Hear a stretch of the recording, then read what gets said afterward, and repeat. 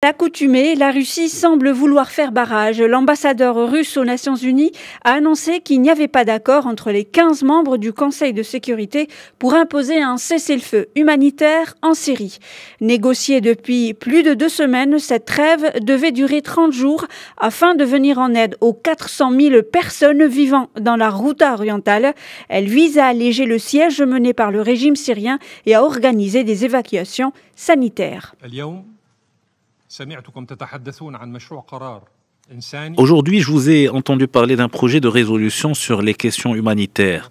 Les porteurs de ce projet sont le Koweït et la Suède. Je les remercie pour leurs efforts déployés au cours des dernières semaines pour faire aboutir cette résolution. Cependant, cet effort est très imparfait.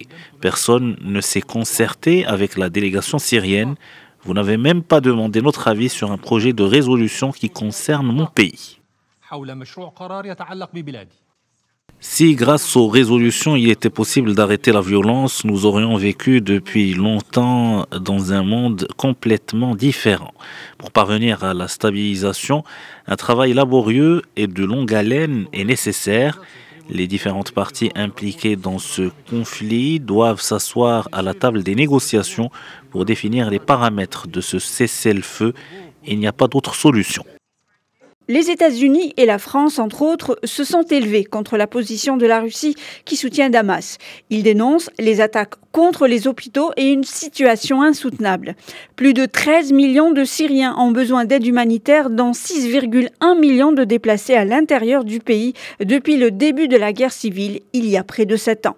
La Ghouta orientale est au cœur du conflit syrien. Fief rebelle, la région fait depuis 2013 l'objet de bombardements quasi quotidiens.